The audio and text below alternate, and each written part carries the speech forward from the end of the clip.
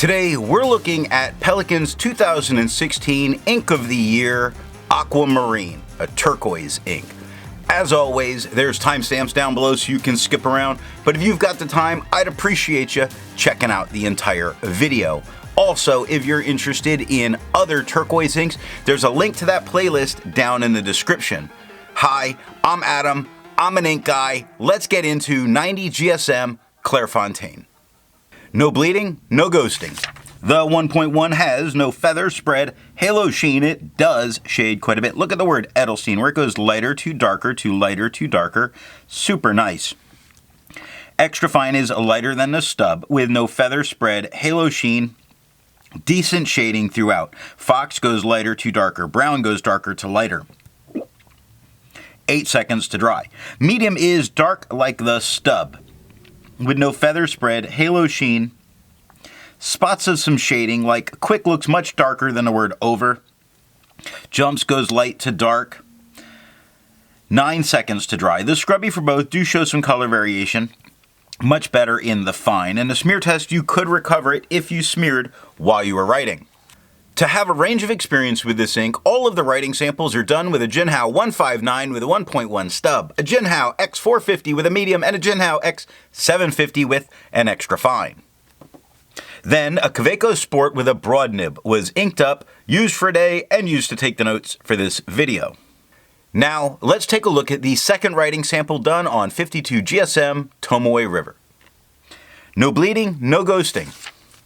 The 1.1 has no feather spread, halo sheen, no shade.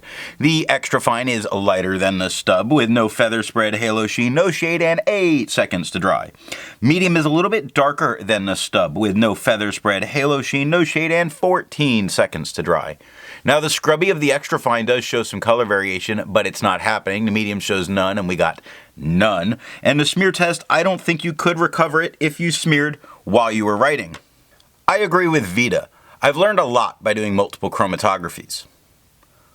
The one on the left is done the way it's supposed to be done. A line of ink is put down, and then it's put in the water for 10 to 15 seconds. And there's this very interesting kind of greenish line, it's like a gray-green line across the bottom, right where it was put down, and this was immediately in the water. So that immediately bonded with the filter paper. Now the rest of that turquoise color pushed its way up and really gathered towards the top. The one on the right is let dry for 10 minutes before it's dunked into water. And the line at the bottom's a bit darker and more there, but otherwise it's really looking the same, which does make me feel that this ink might have a little bit of hold on to it. The next writing sample is done on 80 GSM Rhodia dot pad. No bleeding, no ghosting. The 1.1 has no feather spread, halo sheen. It does shade. Pelikan's very dark, but Edelstein starts much lighter, gets darker as it goes through. Extra fine is quite a bit lighter than the stub. With no feather spread, halo sheen, it does show some shading in spots like jumps, looks quite a bit darker than the word dog. 7 seconds to dry. Medium is a bit darker than the extra fine, just a tad lighter than the stub. With no feather spread, halo sheen, decent shading. Brown starts darker, gets lighter in the W and dark at the end. Fox goes from lighter to darker. Over goes lighter to darker. 8 seconds to dry. Scrubby for both do show some color variation, although it's better in the medium. And the smear test, you could recover it if you smeared while you were writing. Resistance tests are done to see how this ink can be expected to perform on the page, and more importantly, how hard it may be to clean from your pen. The smear is allowed to dry for 3 days before testing it. Looking at the highlighter, I would not use this in a note-taking situation. I don't want to lose important information.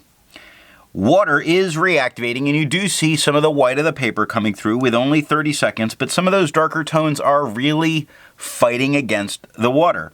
Pen flush is breaking down all of that turquoise, but leaving some of that greenish gray that was at the bottom in the chromatography. The 1/3 bleach solution is completely obliterating it off the page.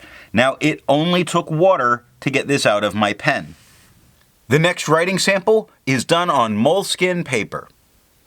Notoriously bad with fountain pen inks, then of course you get tons of bleeding, but here's the thing about all of this bleeding, okay?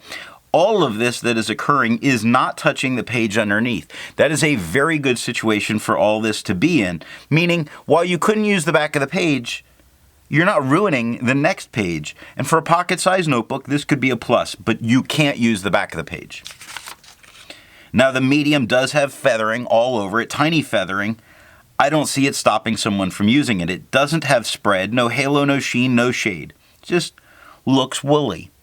The extra fine is a little bit lighter than the medium. It does have feathering quite a bit in it. The F for the extra fine, the K in quick, the Q in quick, the B in brown, the J, U, M, P, S of jumps. There's a lot. It's tiny, not so distracting that it's the end of the world, especially pocket size. You know, jot your idea and move on. So maybe it's not horrible. No halo, sheen, no shade, 3 seconds to dry. Scrubby shows us that there could be color variation, but there isn't. And the smear test, you could definitely recover it if you smeared while you were writing. For the inks tested, the average viscosity is 2.5, with the realm of normal being from 2.1 to 2.9. Edelstein's Aquamarine has a viscosity of 2.3, making it normal. If you're interested in how the viscosity is tested and all of that stuff, there's a link to that video down in the description. Our next writing sample is done on Mead notebook paper. Once again, it's an inexpensively made paper, so there is a ton of bleed spots that are occurring. All of this aside, I mean, it's a lot of ghosting with it because of it. Not touching the page underneath, just can't use the back of the page. I consider this very well considering the quality of the paper. The medium has tiny feathering all over it. Tiny, tiny featherings. Really look at like the Edelstein, you get to see it really well. It's just a woolly look. No spread, no halo, no sheen, no shade. The extra fine is about the same tone as the medium. It's doing much better. The feathering is much smaller. It is there. But to really complain about it's being picky at this point for this paper, like look at the H in the, on the up and down part there's some, but it is not bad at all. No spread, no halo, no sheen, no shade, 1 second to dry. The Scrubby shows no color variation, and there is none. And the smear test, you could definitely recover it if you smeared while you were writing. For the inks tested, the average dry time was 17 seconds, with the realm of normal being from 13 to 21 seconds. Edelstein's Aquamarine has an average dry time of 9 seconds, making this a very fast drying ink. The last writing sample is done on crowd favorite 20-pound copy paper. Yes, we get a ton of bleed, but to be clear, this spot here, actually it's like 2 of these 3 spots, touch the page underneath, which is not good for me. I don't want to touch the page at all. We do get a lot of where it's bleeding quite deep in, and it's pretty much all of it, and it leads to a lot of ghosting. You couldn't use the back of the page. I don't think you could use it with it because turning the page and seeing a speckled paper would probably bother me a lot more than not being able to use the back side of the paper. The medium has a ton of feathering all over it. It is a little distracting combined with the spread that's occurring. No halo, no sheen, no shade. It's gross here. The extra fine does look quite a bit better. It does have some spread to about a medium. It does have some tiny feathering all over it. It just looks better than how the medium turned out. No halo, no sheen, no shade, 1 second to dry. Scrubby shows no color variation because there is none. And a smear test, you definitely could recover if you smeared while you were writing. Instead of finding inks that look like Edelstein's Aquamarine, I would prefer to find an ink that complements its color on the page. I went with a nice gray ink, and this has to do with the lower line from the chromatography. I chose Birmingham Pen Company's Jeff Goldblum Independence Gray, because a name like that adds about 40 seconds to a video. So what do I think of Edelstein's Aquamarine? This is a well-behaved ink and does bring some shading nicely when it's there. While this isn't my favorite color, I don't mind when this comes up to be put into a pen. I'm certainly not running to fill or to find a second bottle of it though. Once it's used up, it's gone. So what nib and pen give the best writing experience with this ink? A medium flow, medium pen or medium nib, really puts down the best tone and does offer a little bit of some shading.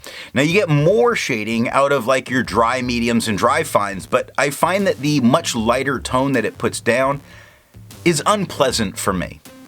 I hope you got something out of this video, and in the next video we're going to take a look at Iroshizuku's Shinkai.